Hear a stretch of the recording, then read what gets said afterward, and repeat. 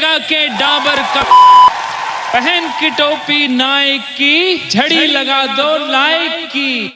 यह प्रश्न आपके लिए एग्ज़ाम पॉइंट ऑफ व्यू से बहुत ही इम्पॉर्टेंट है, क्योंकि ये प्रश्न कई बार एग्ज़ाम में पूछा गया है। तो आप इसे अच्छे से देखिए, वीडियो को अंत तक देखिएगा। यदि पसंद आए तो लाइक शेयर ज़रूर करिएगा। तो इसमें हम विद्युत द्विध्रुव की निरक्षीय स्थिति पर विद्युत क्षेत्र की तीव्रता की गणना करेंगे। तो देखिए कैसे करते हैं। तो सबसे पहले एक वैद्युत द्विध्रुव का निर्माण करते हैं। हमें पता है वैद्युत द्विध्रुव का निर्माण करने के लिए सबसे पहले हम यहाँ पर एक वैद्युत द्विध्रुव बनाएंगे, जिसमें दो विपरीत प्रकार के आवेश एक दूसरे से अल्प दूरी पर रखे होंगे। और हमने अभी अभी बताया अल्प दूरी यहाँ पर हमको क्या लेना है, 2L लेना है। और ये हमारा मान लेते हैं कि प्लस Q चार्ज है और यहाँ पर क्या है, एक माइनस Q चार्ज है। तो यह व्यवस्था तो कहलाती है वैद्युत द्विध्रुव। अब इसकी निरक्षीय स्थिति पर हमें वैद्युत क्षेत्र की तीव्रता की गणना करनी है।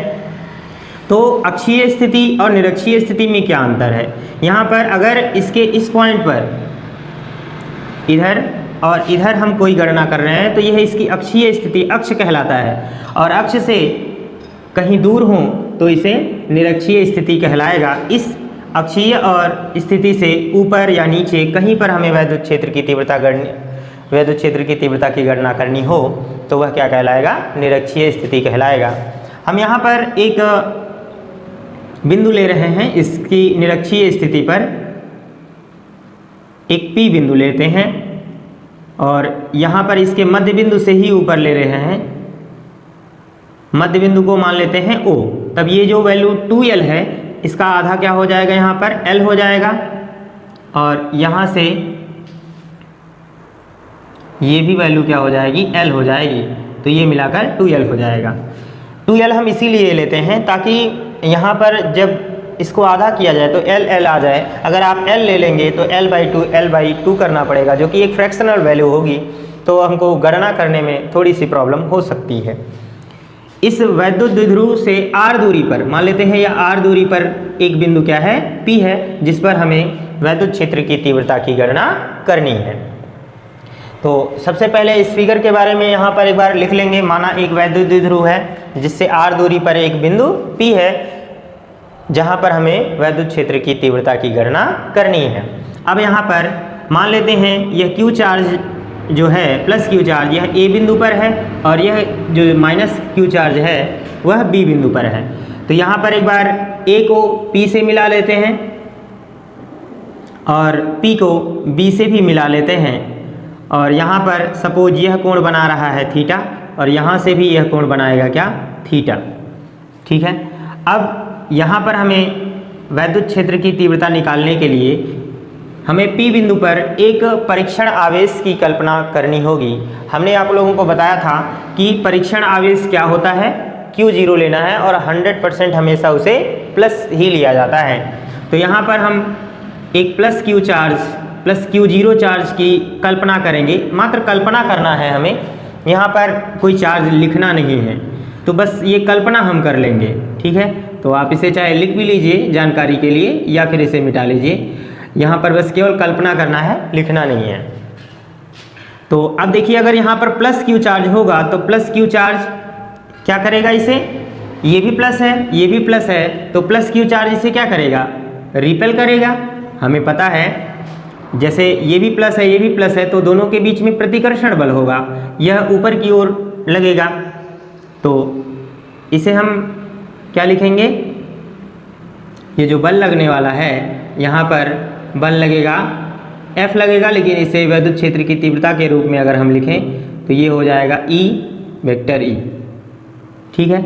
और इसके बाद फिर देखिए, माइनस Q चार्ज के कारण प्लस Q पर क्या बल लगेगा, आकर्षण बल लगेगा। तो यह बल क्या होगा, इधर की तरफ जाएगा, यानी माइनस Q चार्ज क्या करेगा, प्लस Q चार्ज को अट्रैक्ट करेगा। ठीक है। तो ये बल इस दिशा में होगा। ठीक है। और यहाँ पर देखेंगे दोनों बल एक दूसरे के ना तो विपरीत हैं ना ही समान दिशा में हैं, इसलिए हम यहाँ पर सदिश का एक वियोजन सिद्धांत लगाएंगे। सदिशों का वियोजन हमें पता है कि यदि कोई सदिश किसी दिशा में है तो उसके एक अक्ष में और एक उसके अभिलंबवत हम एक अक्ष ले लेते हैं तो यह सदिशों का क्या कहलाता है, वियोजन कहलाता है। यहाँ पर ये इसका ई का होगा तो यह दिशा क्या कहलाएगी, यहाँ पर ये थीटा बनाया है तो ये भी कोण क्या बनेगा, थीटा ही बनेगा। और इसी तरह से इस वाले सदिश के लिए भी क्या होगा, यही वियोजन होगा। यह देख लीजिए, यह B के कारण लग रहा है तो इसे हम EB लिखेंगे, और यह A के कारण लग रहा है तो इसे EA से प्रदर्शित कर रहे हैं, और यह B के कारण लग रहा है इसलिए EB से प्रदर्शित कर रहे हैं। और अगर इस वेक्टर के लिए वियोजन करें तो यहाँ पर ये दिशा हो जाएगी और एक दिशा ये हो जाएगी, ठीक है। एक वेक्टर ये हो जाएगा और एक वेक्टर तो इसी पर होगा, ठीक है। अब देखिए एक बार यहाँ से भी समझ लेते हैं। आप लोगों ने सदिश पढ़ा होगा तो सदिशों में यदि किन्हीं दो सदिशों का परिणामी उनके बीच में हो तो उनका एक सदिश क्या होता है, उनके अक्ष पर होता है, और एक क्या होता है, उनके ऊर्ध्वाधर होता है। और इस परिणामी सदिश के लिए जो कोण बनाता है, जिस अक्ष पर कोण बनेगा उसे हम क्या लेते हैं, कॉस थीटा के फॉर्म में लेते हैं, और जहाँ पर कोण नहीं बनाता है उसे साइन थीटा के फॉर्म में लेते हैं। और यहाँ पर ये भी ध्यान देना है कि अगर ये मान लीजिए कोई भी सदिश होगा, सपोज ये r है तो हम यहाँ पर क्या लेते हैं, r cos थीटा ले लेंगे, ये यदि सदिश है तो इसका परिणामी लिया जाएगा, और यह इधर क्या हो जाएगा, r sin थीटा हो जाएगा।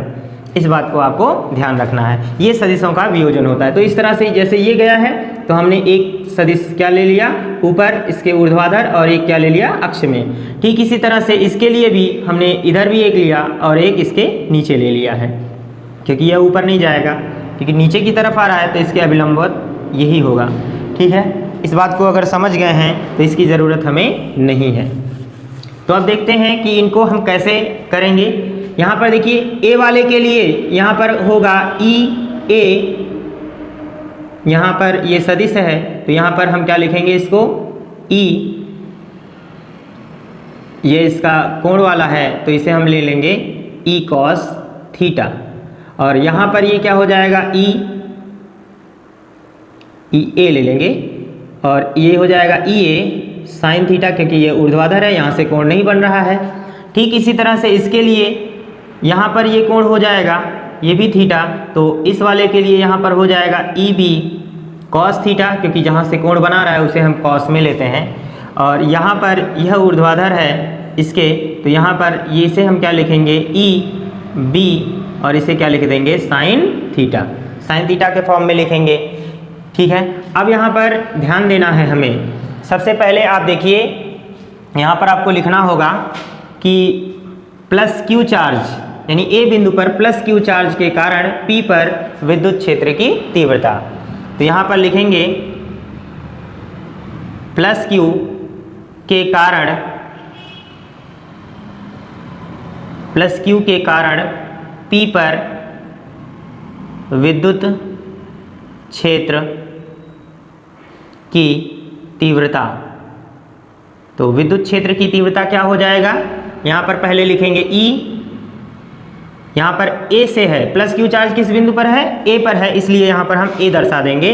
तो EA हो जाएगा 1/4 पाई एप्सिलॉन 0, और Q अपान यहाँ पर क्या होगा, r² होगा। ये फॉर्मूला होता है E के लिए, E is equal to 1/4 pi epsilon 0, Q upon क्या होता है, r²। लेकिन r² क्या होता है, दोनों आवेशों के बीच की दूरी होती है, और दोनों आवेशों के बीच की दूरी यहाँ पर r नहीं है, तो हम यहाँ पर क्या लिखेंगे, ये वाली दूरी A से लेकर P तक, तो यहाँ पर क्या लिखेंगे, AP²। और यह बल किधर लग रहा है, तो यहाँ से लिखेंगे A से P की ओर, A से P की ओर, ठीक है, इस तरह से लिख सकते हैं। अब यहाँ पर वैल्यू लिखें, EA is equal to 1/4 pi epsilon 0, यहाँ पर हो जाएगा Q अपान, यहाँ पर AP की वैल्यू कितनी है, यहाँ से हमको निकालना पड़ेगा। तो आप जानते हैं पाइथागोरस एक प्रमेय है जिसमें समकोण त्रिभुज ये बन रहा है। तो समकोण त्रिभुज में ये क्या है, 90 अंश है, तो 90 अंश के सामने वाली भुजा क्या होती है, कर्ण होती है। तो हम जानते हैं कि कर्ण का स्क्वायर बराबर होता है लंब स्क्वायर प्लस होता है आधार स्क्वायर, ठीक है।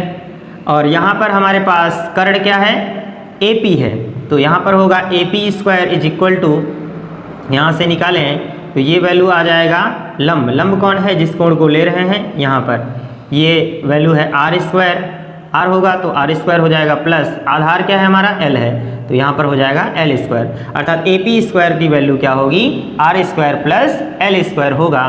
तो यहाँ से हम लिख ले रहे हैं ये यहाँ पर AP के लिए R स्क्वायर और प्लस क्या हो जाएगा L स्क्वायर, इस तरह से हम यहाँ पे लिख सकते हैं। लेकिन केवल यह AP स्क्वायर के लिए है और सिर्फ AP लिखेंगे तो यहाँ इसे हमें रूट में लिखना होगा, ध्यान रखना है आपको इसको, ठीक है। लेकिन वर्ग की वैल्यू जब होगी तो हम यहाँ पर देखिए वर्ग रहेगा तो इतना ही लिखना है, यदि AP की वैल्यू लिखना है तो हम यहाँ पर सिर्फ क्या लिखेंगे, ये रूट में आ जाएगा R square plus L square हो जाएगा।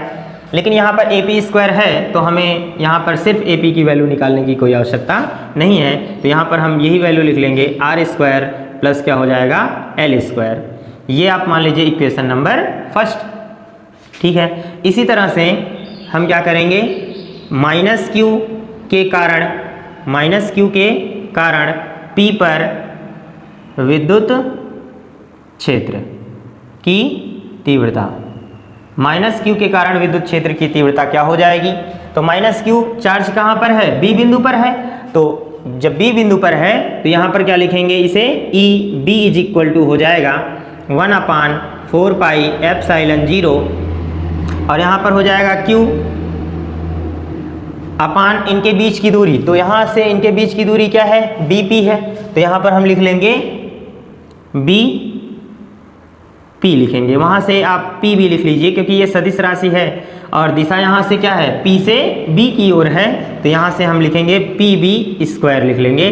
और यहाँ पर ये भी लिख लीजिएगा दिशा क्या है इसकी, P से B की ओर, P से B की ओर, यहाँ पर हमने वेक्टर भी लगा दिया है, ठीक है। अब इसका वैल्यू लिखिए एक बार, EB बराबर यहाँ पर आ जाएगा 1/4 पाई एप्सिलॉन 0 और Q अपान PB की वैल्यू क्या होगी, यहाँ पर देखिए यही वैल्यू यहाँ पर भी होगा क्योंकि दोनों ही त्रिभुज क्या हैं, एक जैसे हैं, तो यहाँ पर अगर R square plus L square आया है तो यहाँ पर भी वैल्यू क्या आएगी, R square plus L square ही आएगा, ठीक है।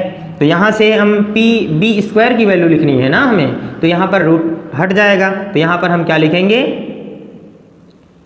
R स्क्वायर प्लस क्या हो जाएगा L स्क्वायर, ये हमारा हो जाएगा रिलेशन नंबर 2 हो जाएगा। अब यहाँ पर आप देखिएगा कि EA और EB दोनों की ही वैल्यू क्या है, समान है, ठीक है।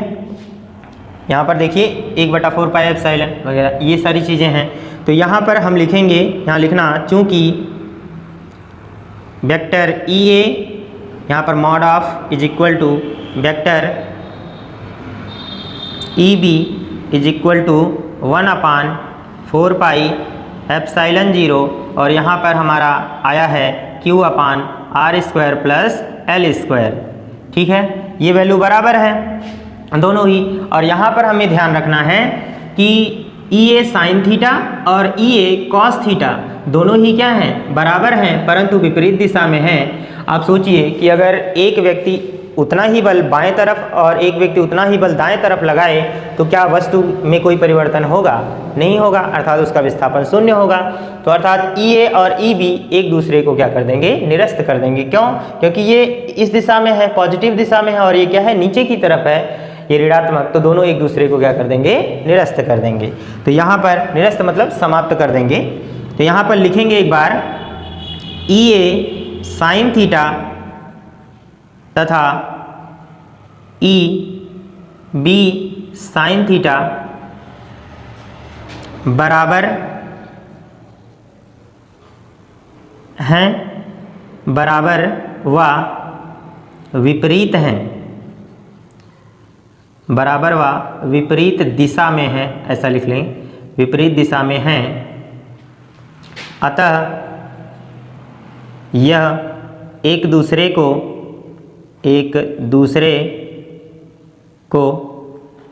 निरस्त कर देंगे, अर्थात समाप्त कर देंगे, निरस्त कर देंगे, इस तरह से कर सकते हैं। अतः जो परिणामी तीव्रता होगी वो क्या हो जाएगी, अतः परिणामी तीव्रता क्या होगी? देखिए ये दोनों तो एक दूसरे को निरस्त कर दिए, परंतु ये दोनों एक दूसरे के एक ही दिशा में हैं। ई ए कॉस थीटा और ई बी कॉस थीटा दोनों एक दूसरे के एक ही दिशा में हैं, इसलिए इन दोनों का जो मान होगा वो आपस में क्या हो जाएगा? जुड़ जाएगा। तो परिणामी तीव्रता यहाँ पर हम क्या लिखेंगे? E इज इक्वल टू हो जाएगा ई ए कॉस थीटा और प्लस हो जाएगा ई बी कॉस थीटा। ठीक है, इस तरह से हम लिख सकते हैं। इसके बाद हम यहाँ पर ई ए की वैल्यू लिखेंगे और यहाँ पर ई बी की वैल्यू समीकरण 2 से यहाँ पर लिखेंगे, फिर आगे इसे हम सॉल्व कर लेंगे। तो देखते हैं आगे क्या होता है। इसके आगे देखेंगे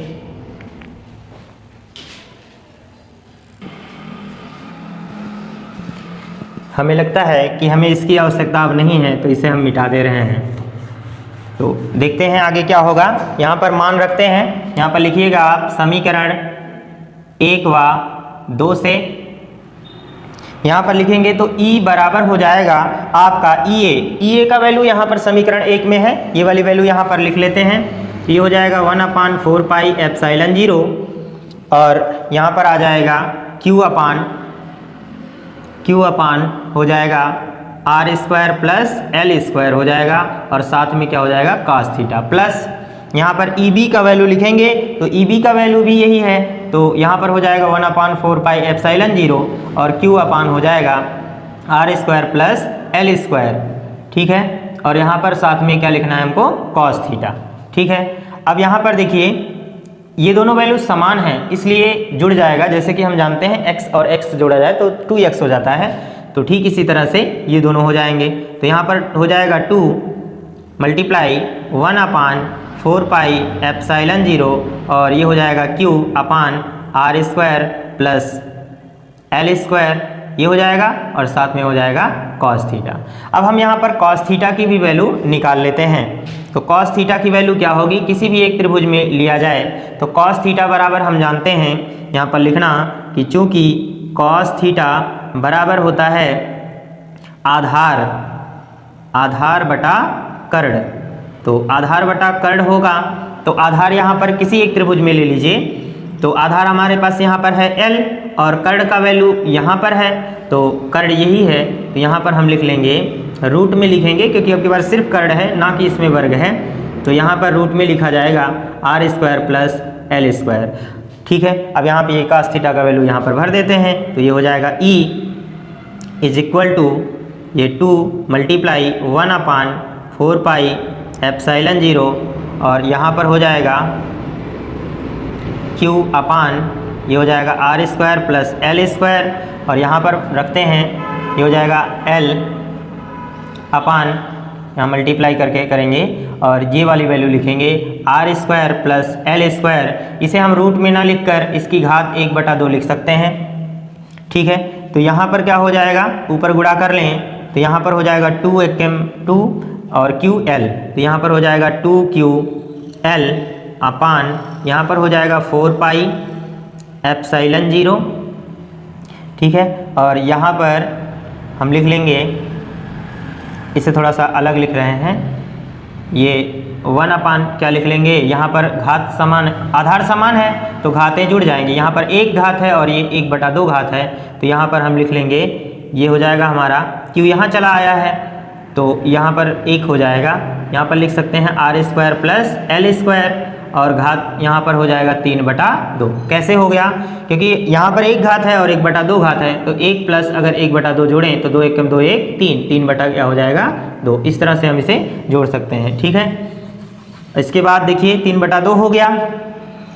ठीक है, तो ये वैल्यू तो हो जाएगी। अब इसके बाद हम इसे थोड़ा सा और सॉल्व करें तो क्या लिख सकते हैं? यहाँ पर लिखिएगा यदि, यहाँ पर लिखिए यदि L, सोचिए यहाँ पर बात किया गया था कि द्विध्रुव जो होता है अल्प दूरी पर होते हैं, उसमें भी 2L होता है अल्प दूरी और उसका भी आधा L हुआ, तो L क्या वैल्यू है? बहुत छोटी वैल्यू है ना, इसलिए हम यहाँ पर लिखें यदि L इज लेस देन किसके? R के।